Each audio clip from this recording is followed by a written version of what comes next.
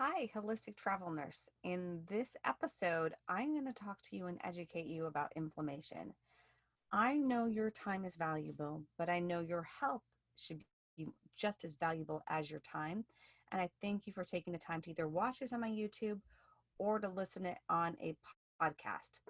I have a whole bunch of books in front of me, so if I still fumbling through, and if I'm looking down, if you're watching this, please apologize.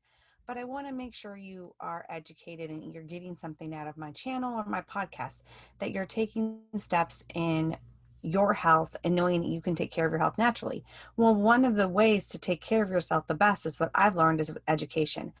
That's one reason, like, I became a nurse. I had a child at home that was sick. We spent 4 years or more in and out of the hospital multiple times with this kid. And it was other nurses that said, you should be a nurse, you should be a nurse. And it was me, one of the last times she was hospitalized, going, okay, God, this is what you want me to do. And then I felt the calling to now educate, because I see our healthcare system, we aren't. And then doctors, most physicians that you're going to see are very limited, only knowing pharmaceutical medicine and not getting the root cause of disease, or nor telling you the best way to manage your health. So this is kind of why I put this channel together, so that I can educate you and help you and not give you any medical advice. Definitely disclaimer, go talk to your doctor, but that you get some tidbits of information of little things that you could be doing to move the needle in your own health, right? Because education is power. And so understanding your body and how it works and things you can do with it naturally from a holistic point of view, meaning all of you, mind, body, soul, spirit, even finances, all come together as you. So those are the things that you're going to hear more and more about with this. But in this episode, we're going to talk about the big killer, the big word that everyone throws about, inflammation. I have 6 books in front of me, and I probably have more behind me, and I have a lot of different books. Of course, you can research it and see which more, but I love when some authors have written some things that really stick out and that I almost highlight with the pen when I read their books. So I will definitely be quoting all these authors that are very impactful, that they put these words and they've made these books to help other people with their health. So if you're not a huge book reader like me, you can get a little bit of some of what I'm reading on this channel and really make it like beneficial to you. So we're going to start with inflammation and what's the big word and what does it mean? So the definition of inflammation is finally, inflamma is like, I have it in here real quick. It is it means to ignite, to like light on fire. So just think of that when it comes to what inflammation is. I have it tagged here, a little section to read. So inflammation means you ignite, just light on fire. And it's the body's way of, there's good and bad. And so remember, when you cut yourself, there causes a huge inflammation. Your body sends a whole bunch of messengers and things over to the clotting cascade, and to build a clot if it can, and to repair. Okay. But when it's a chronic inflammation is when we have an issue.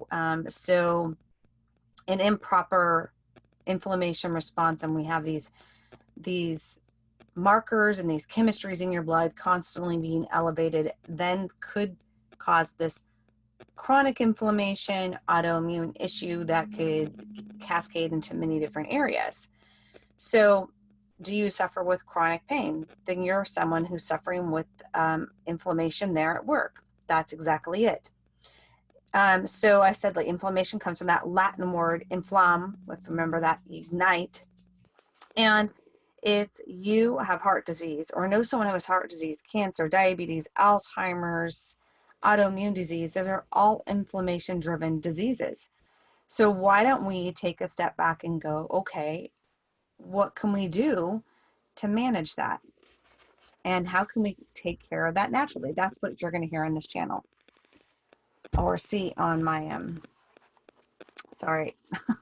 There was a little bug flying around. If you watching this, and I went to smack it, so you might hear the rustling too. Um, so one of the books he talked about, um, the more pain, the higher risk of So pain is your body telling you, hey, there's something wrong. There's something wrong. So the more pain you have and you're not dealing with it, say, this is in my life, I had a lot of joint discomfort. And actually recently I did this, is why I was like, was something I need to address, because I'm not alone in this whole situation. And so with that being said, I then decided to address it more naturally. That's how I address, my issues. And it was with that I decided I need to, do something about this inflammation. And what am and I look back and go, wait a second, what have I done with my diet to bring back my joint pain that usually is taken care of? And you'll hear about that all in another episode. What has happened with me in my own body and what I learned. But we'll just go into inflammation. So let's go into some of what I've read. So cardiovascular disease, a huge percentage of it, but the bad thing is like when sometimes you have this inflammation, say it's in the cardiovascular system, you can have the high blood pressure, or you can have the little grades of inflammation in your kidneys having a little bit of issues, but you don't even, pick up on that more. What your urine looks like, maybe some leg cramps at night, maybe frequently going to the bathroom. But you can walk around with high blood pressure and have absolutely, maybe get a headache from it, maybe not, and have no ideas. So those are some of those things in that. But then again, your joint pains and things like that, that's where it's pretty common when your inflammation is out of whack. I'm going to read from one of these books here about inflammation. And because inflammation actually will start in the gut and your foods. And so when you're working on healing your gut, you're going to help heal the rest of you that is having inflammation issues. And what some of those, we just said, mini chronic pain. So that just logs in a huge category of issues. So in one of my books, he said that, one of the doctors they're taught back in the day, that traditionally in medical school, they are taught about cancer. They're talking about the maturing of the cells, and that this cycle happens. Now that there is a new trend replacing the old therapy, instead of cancer developing in the stem cells, undifferentiated cells already exist in the tissues and the organs of our bodies. Under normal circumstances, these cells absolutely are critical for maintaining life, providing and replacing what is ever our organs, such as our GI tract, from disease, injury, and aging. So your lining of your stomach and your lining of your GI tract, which is so important when it comes to leaky gut and talking about inflammation, those cells are turned over and regenerated every 5 days or so, depending on the person, which is just, think about that remarkable defeat in your body and why that is done. Really interesting. So then they go into this whole section, goes in section of cancer, because cancer could be an inflammation response. One of the things he says in here that I wanted to read is that inflammation is a trigger. It disrupts the DNA in the cells. And usually it's from a connection or a toxicity, or so an oxidated stress or something in the body. What I read in this is that there are approximately 79,000 synthetic chemicals being released into the U.S. environment, which have not been tested for safety. So could that be causing inflammation in your body? This is what they're saying, absolutely, in this book. Those toxins irritate and create inflammation in the body, disrupt the stem cells, and can be some root cause of cancers. We know this if you watch any infomercials or any commercials lately when it comes to toxins that are out on the board that they are saying that are linked to certain cancers. You're hearing all about that. Okay, here's the other part of this book. He says the biggest problem, and this is Dr. Russell Blaylock, he said, it has been long established that it is as we age in our body, including our blood vessels, become progressively inflamed. Along with inflammation, we produce a considerable more free radicals, a lipid peroxidation product, as well as a lot of more advanced glycation in products. These are little damaging proteins and fats and carbohydrates that will just actually cause some damage in our body. Sadly, we create this inflammation and more with our environment and having inflamed amount of foods that we eat. So let's go into the GI tract in one of the other books. Some of these people I hope to have on my podcast I love some of these books. So a research in 2012 from Columbia University and Medical Center, a year-long study documented that chronic headaches, like 56% of people, were all sensitive to gluten, and 30% of them actually had celiac disease. I think that's possibly an inflammation process there. They have found that 23% of those have inflammatory bowel disease and chronic headaches. So what you're hearing is that that's our gut and that's our diet and causing and increasing inflammation. Obviously, gluten is one of them. That is a root cause of inflammation. The bad thing is that when I was a nurse and before I knew anything natural to approaching and taking care of my health naturally, I was one of those who popped ibuprofen like candy. And I did think of like how often and the grams and doses. Oh, okay, so I can have 800 milligrams within that 6-hour period. That's the typical, right? Because there's a limit to taking non-steroidal inflammatory. So your ibuprofen, your naproxen, and your Tylenol. And you should not be taking naproxen and ibuprofen at the same time. It's really harsh on your kidneys. So anti-inflammatory drugs, such as what I was just talking about, have shown to have microscopic blood vessel loss and significant protein loss, resulting in the use of non-steroidal. So having long-term issues of taking those at long-term times, there has been lots of studies in showing that is going to do more damage than good. Popping them maybe once having an ibuprofen or Tylenol maybe once or twice a year, or once every 6 months or so, maybe not as harmful as a once a week type of issue, or people like the commercials, taking it on a daily basis. Think about the long-term effects of that.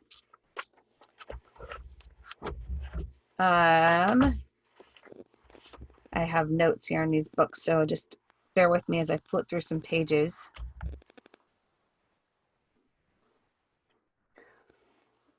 And that's about my other situation. So what is the exact real cause of this inflammation in your body? Well, many, many different things. So your diet and the food sensitivities, and there is another book when it comes to it, like the elimination diet, you find some of those things such as dairy, gluten, obviously. Sugar just is putting like lighter fluid on your inflammation. That's exactly what white sugar is going to do. White sugar is just going to, you've ever put lighter fluid on the fire, it's already going, and just go, whew. That's exactly what you're doing when you're eating sugar and you have a inflammation issue, or a chronic inflammation issue, or an acute inflammation. So what is sugar doing for you? Just think about that analogy of what it's doing in your body. Now, exactly about other things, dairy, there's a lot of people are sensitive to dairy. There are a lot of people sensitive to other things that are in our processed foods. Some people are very sensitive to eggs. And so I know you're going, okay, you just told me all about this and horrible inflammation in my body, but you even said exactly, and just another 10 point. When you hear the the suffix on the end of a word, such as arthritis, the ITIS means inflammation. So it's one of the things we learned in medical terminology class. Again, so like bronchitis, think about all those things, inflammation, and all these different things. But when you see a physician, a lot of times you're not addressed like, hey, what should I be doing with my diet? What is there something natural that can be done to help calm down this inflammation in my body? That is where you're going to hear some episode where I have an episode coming up where you're really going to stay tuned, where I talk about diet and some things in nature that are known to be helpful and an aid in your body and decreasing that inflammation in your body, or helping balance that inflammation. You want an acute inflammation, a good response with your immune system to when you get cut, to when you get sick, to when you're fighting something that is right then and there that is an issue. But a long-term effect of it is a disease process. It is what I say, heart disease, diabetes, kidney even disease, if you're inflamed in the kidneys, or in your brain, Alzheimer's, or in your joints, arthritis of any sort. Those are all issues. Again, if you're listening to this and you hear a little bit of the stuff in the background, my dogs also always want to come into my videos or be in my lap when I'm recording. I don't understand it. She must know she wants to be on video.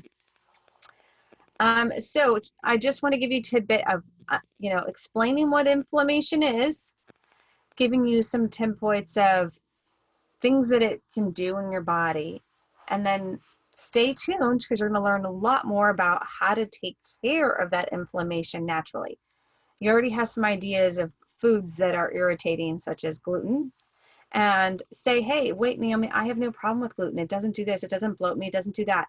You won't know until you either go get a blood test for it, or you do the elimination diet and you do 30 days without that food in your diet, 21 to 30 days. You'll absolutely know when you add it back in. Trust me, I did it. And gluten is high up there. Sugar is just, if there's a book, The Sugar Blues, and I have a little short video on my YouTube channel where you can learn about that book and the truth about all that sugar and how it's really just made its way into our food industry and really the problems it causes to our health. So I hope this has been helpful. I hope you keep sharing this and that you will hit the subscribe button. You know that this video or this audio is going to be helping somebody else, so go ahead and share that with them. Have a blessed day.